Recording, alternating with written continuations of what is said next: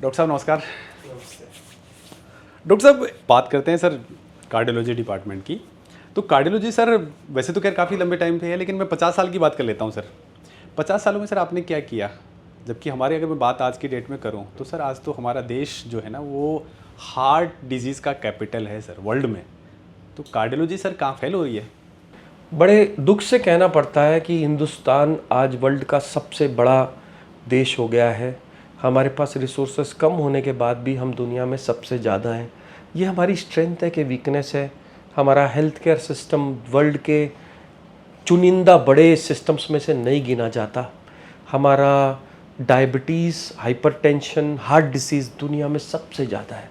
हमारे लोगों की इतनी लोगों की मौत हो रही है और उनकी कोई वक़्त नहीं है। एक अमेरिकन लाइफ की ज़्यादा बड़ी वक़्त है कंपैरेटिवली इंडियन लाइफ के, क्योंकि हम लोग इतने ज़्यादा मल्टीप्लाई हो गए पर ऑर्गेनाइज नहीं हो पाए। डेवलपमेंट के नाम पे देखा जाए तो हम लोग यूरोपियन और अमेरिकन सिस्टम को इमीडिएटली अडॉप्ट कर लेते हैं, पर हम तक गलत क्या कर रहे हैं, हम उनको कॉपी कर रहे हैं। हम रिसर्च नहीं कर रहे। ना हमारे सिस्टम में हमें रिसर्च करने का एप्टीट्यूड दिया जाता है, ना सिखाया जाता है। हमें सिर्फ रट्टू तोता बना के बिठाया जाता है और बोला जाता है जो नया है रट लो, जो नया है सीख लो, बनाओ मत। हम लोग चाइना की कॉपी करते हैं, अमेरिका की कॉपी करते हैं, सस्ता करने की कोशिश करते हैं, ज़्यादा बनाने की कोशिश करते हैं, बड़े लेवल पे करने की कोशिश करते हैं, पर हम नया बनाने की कोशिश नहीं करते। जो हिंदुस्तान में ब्रेन्स हैं वो वर्ल्ड के सबसे इंटेलिजेंट और शार्पेंड ब्रेन्स हैं, और ये मैं नहीं कहता हूँ, दुनिया की सारी फर्म्स हिंदुस्तान के इंजीनियर्स और डॉक्टर्स को लेना चाहती है। हमको एडिक्वेट ग्राउंड्स, रिसर्च की फैसिलिटीज़ और रिसर्च करने की पूरी छूट और गवर्नमेंट की तरफ से कुछ रूल्स बनाने चाहिए। जनता डेवलपमेंट करती है पर वो हैफाजार्ड होता है। पर जब आपकी सरकार एक डायरेक्शन में आपको लेके जाती है, डेवलपमेंट का रास्ता बताती है, सरकार सिर्फ रोड और बिजली देती है या परमिशन देती है, डेवलपमेंट तो फिर भी लोग करते हैं। आप अपने हमारे यहाँ के जो लोग जिन्होंने दुनिया में झंडे गाड़े हैं, चाहे वो डॉक्टर्स हों, एथलीट्स हों, उन लोगों को लोकल अपनी बनी दवाइयों को अगर हम लोग इज़्ज़त देंगे या इज़्ज़त देना सीखेंगे तो अंग्रेज़ों के वो 500 साल पुराने जाल को तोड़ पाएंगे, जिन्होंने हमें कहा कि हमारी वर्ण व्यवस्था बुरी है, जिन्होंने हमें बोला कि हिंदी बोलना बुरा है और इंग्लिश बोलना स्टाइल है। मैं इस बात को नहीं मानता। मैं मानता हूँ कि हमारी हिंदी, हमारी संस्कृत दुनिया की उन भाषाओं में आती है जो कि किसी से बेहतर और बुरी की बात नहीं करता हूँ, पर इतनी विकसित भाषाएं और इतनी विकसित कल्चर हैं हमारे कि वो लोगों को हमसे सीखना चाहिए था। गलती ये हो रही है कि हम उनको कॉपी कर रहे हैं। लेकिन सर एक ये तो बात हो गई, लेकिन ये पता नहीं डॉक्टर सर कहाँ से सीख के आ गए कि उन्होंने 2-3 चीज़ें अडॉप्ट कर रखी हैं। आपके पास भी आते होंगे शायद, हो सकता है आप भी करते हैं ये चीज़ें। आते हैं, कोई भी आता है और उनको 2-3 चीज़ें आप बिना सोचे समझे लिख के दे देते हैं। पहला होता है मल्टीविटामिन आपको देनी है, और दूसरा होता है गैस की टेबलेट आपको देनी होती है। जबकि सर आप खुद भी जानते हैं कि जैसे हमारे यहाँ पे देखने को मिलता है कि ये सारा का सारा सर एक बहुत बड़ी स्कैम का पार्ट है। उसके बावजूद भी दे बत्ती और पेशेंट का भी जाहिर सी बात है सर, एक मोटा मोटी अगर इसमें हम जाते हैं तो जो आप देते हैं एक टेबलेट मिला जुला के उसको पड़ती है 20 रुपये की, और एक मार्केट के अंदर उतने की तो एक सेब मिल जाती है। तो मल्टीविटामिन सेब से बेटर लेगा सर, जाहिर सी बात है उस टेबलेट से लेगा। तो आप वो क्यों चीज़ नहीं सिखाते सर? और सेकंड चीज़ ये सर, ये गैस की देना ज़रूरी है? बिल्कुल ज़रूरी नहीं है, पर आप लोग खुद जब डॉक्टर के पास जाते हो तो क्या आप डॉक्टर से जाते वक्त नहीं कहते साहब एक गोली ताकत की लिख दो, साहब बहुत कमज़ोरी है, कुछ तो और लिख दो? वो होता है कि एक एटीट्यूड है, कि एक तरीका है डॉक्टर से बात करने का, बट ये डॉक्टर की जिम्मेदारी है कि मल्टीविटामिन को देने से पहले वो उसकी ज़रूरत को समझना है। दुनिया में मल्टीविटामिन से आज तक एक भी आदमी बचा नहीं। मल्टीविटामिन से किसी का आज तक कोई भला नहीं हुआ। मल्टीविटामिन को मेरे को अगर हेल्थ मिनिस्टर बना दो तो मैं कल बैन कर दूं। मल्टीविटामिन से मुझे इतनी आग लगती है जितनी मुझे शायद दुनिया में किसी चीज़ से नहीं लगती। मल्टीविटामिन इतनी ख़राब चीज़ है। मल्टीविटामिन किसको देना है? जब भगवान ने आपको इन्होंने एप्पल का एग्जाम्पल लिया, मीठे में विटामिन डाल के इतना खूबसूरत एप्पल बना के दिया, और वो जो फ्रूट्स आपको दिए वो रिच हैं विटामिन्स के साथ, वो आपको ताकत देते हैं। आप खा के देखो, आप एक फ्रूट का पीस खा के देखो और आप एक विटामिन की गोली खा के देखो, विटामिन की गोली खा के बास आती है और फ्रूट खा के फ्रेशनेस महसूस होता है। पर हम एक सिस्टम में आ गए कि कोई किताब नहीं कहती मल्टीविटामिन देने के लिए, कोई मल्टीविटामिन से किसी का आज तक भला नहीं हुआ। हाँ, अगर आपका ब्लड टेस्ट में विटामिन बहुत लो है और 8-10 दिन के लिए डॉक्टर आपको देना चाहता है, सही है। अगर आप प्रेग्नेंट हैं, आपका मुंह एक है, खाना नहीं खाया जा रहा, नौजिया हो रहा है और पेट में बच्चा और आपका शरीर 2 खाना खाने वाले हैं, तो आयरन की गोली देना अक्लमंदी है। अगर आप बहुत बुजुर्ग हैं और आपने खाना ही छोड़ दिया है और खाना खाने का कोई और तरीका नहीं है और बॉडी कमज़ोर हो गई है, विटामिन की ज़रूरत है।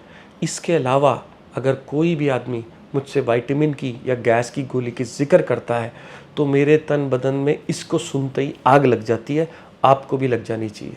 विटामिन खरीदने, लेने, किसी को बोलने, एडवोकेट करने से पहले याद रखना कि ये सिर्फ एक मार्केट गिमिक है, इससे सिर्फ किसी और की जेबें गर्म होती हैं, इससे सिर्फ आपका नुकसान हो रहा है, ये दवाई नहीं, मिथ्या है।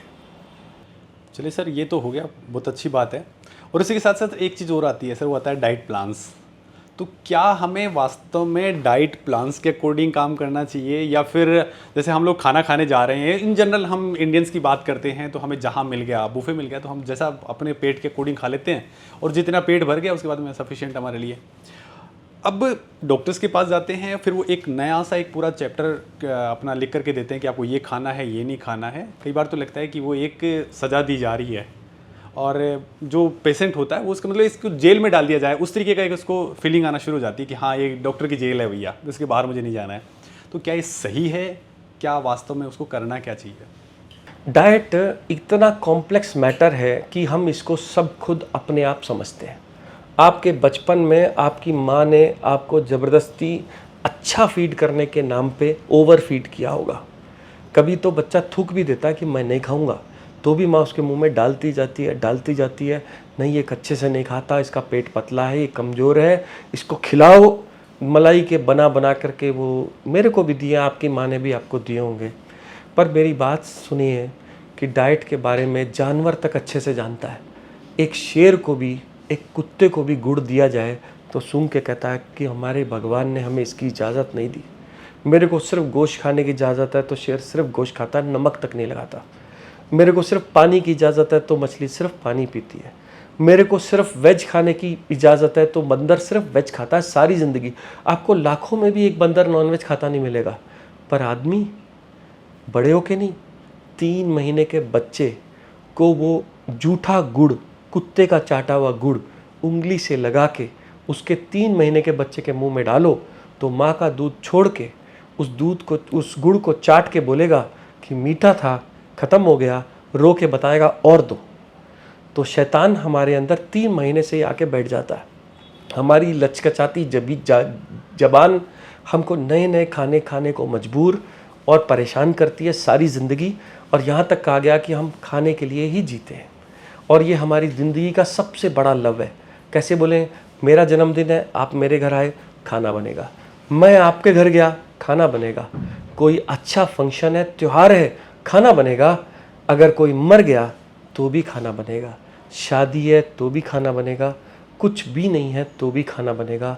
हम पिक्चर देखने गए हैं, घूमने गए हैं, तो भी खाने के बगैर वो चीज़ पूरी नहीं होती। कहने का मतलब कि खाने के बगैर हम लोगों ने अपनी ज़िंदगी को बहुत ही छोटा बना लिया है। बहुत सारी अदर खुशियाँ हैं, खेलना कूदना, जो हम बचपन में भूल गए। डाइट, जहाँ तक मेरे को मानना है, बहुत सारे लोगों ने आपको ये तो बताया होगा क्या खाओ या नहीं खाओ, किसी ने ये नहीं बताया कितना खाओ। जहाँ तक मैं अपनी सोच से जानता हूँ, ऊपर वाले ने आपको एक लिमिटेड खाने की ताकत दी है। अगर आपको समझो 100 क्विंटल अनाज, 100 क्विंटल चावल, 100 क्विंटल सब्जी, 100 क्विंटल दाल खानी है, और अगर आपने जल्दी जल्दी खाई और मोटे हो गए तो जल्दी चले जाओगे, और लंबा जीना है तो हल्के हल्के खाओ और अपना कोटा हल्के हल्के ख़त्म करो। तो कोई आपको ये नहीं बताता कि खाना कम खाने से ज़िंदगी लंबी आती है। ताकत किस में होती है? जिसको 2 रोटी खाने को नहीं मिलती, वो किसान जो मेहनत करता है, अपना पसीना बहाता है, कोई विटामिन नहीं खाता, उसके घर तो टमाटर भी नहीं आता, वो आलू और रोटी से खा करके इतनी ताकत जनरेट कर देता है जो आपका फर्जी पहलवान 100 किलो उठाने वाला भी उसकी बराबरी पे नहीं आता। हेल्थ के एस्पेक्ट में, मसल के एस्पेक्ट में आ सकता है। मेरा मानना ये है कि जो भी खाओ अपने से पूछ के। जब आप बीमार होते हो तो क्या आपकी आंख आपको देख के नहीं बता देती कि ये खा लूँगा, ये नहीं खा सकता, ये तो बिल्कुल ही नहीं खा सकता? तो क्यों डॉक्टर से पूछते हो, क्यों डाइटिशियन से पूछते हो? आप अपनी आंख के ऊपर, अपनी बॉडी के ऊपर क्यों विश्वास नहीं करते? दूसरा, कभी भी लालच में खाना मत खाओ, शेर की तरह खाना खाओ। शेर कैसे खाना खाता है? भूखा हो तो आपको खा जाएगा, और भूखा नहीं है तो आपको हाथ भी नहीं लगाएगा। जब उसका पेट भर गया, वो हिरन को आधा छोड़ के आ जाता है, उसको फर्क नहीं पड़ता बचेगा क्या होता है, हमें पड़ता है। हमारी माँ ने कहा था कि खाना बीच में छोड़ दोगे तो पाप लगेगा। अगर पाप शेर को नहीं लगता तो हमें कैसे लगेगा? तो बचा हुआ खाना खाओगे, पेट में डालोगे तो बीमारी पैदा करोगे। तीसरा, शेर खाए हुए हिरन के पास दोबारा खाना खाने नहीं जाता, शेर फिर ताज़ा खाता है। आप लोग जब भी खाओ, भूख लगने पे खाओ, वही खाओ जिसको आपको खाने के लिए बनाया गया है। अगर आपकी ट्रेनिंग वेज खाने की है तो आप वेज रहो, आपकी ट्रेनिंग नॉन वेज खाने की तो नॉन वेज खाओ। लिमिटेड क्वांटिटी में खाओ, पेट को ओवरफिल करने की कोशिश मत करो। जब भी खाओ ताज़ा खाओ, जब भी खाओ अपने मन से खाओ। क्या इसके बाहर मैंने कोई भी डाइटिंग प्लान जो देखा, पतला होने वाला, मोटा होने वाला, सब में अपने अपने फ्लॉ, फ़ायदे और नुकसान है। मैं आप सब लोगों को डाइटिशियन से बाहर निकाल के आपकी अपनी आँख, नाक और जीभ के ऊपर वापस छोड़ देता हूँ। सिर्फ लालच मत करना, खाना जितना मर्जी खाना, खुशी से खाना, सेहत के लिए खाना।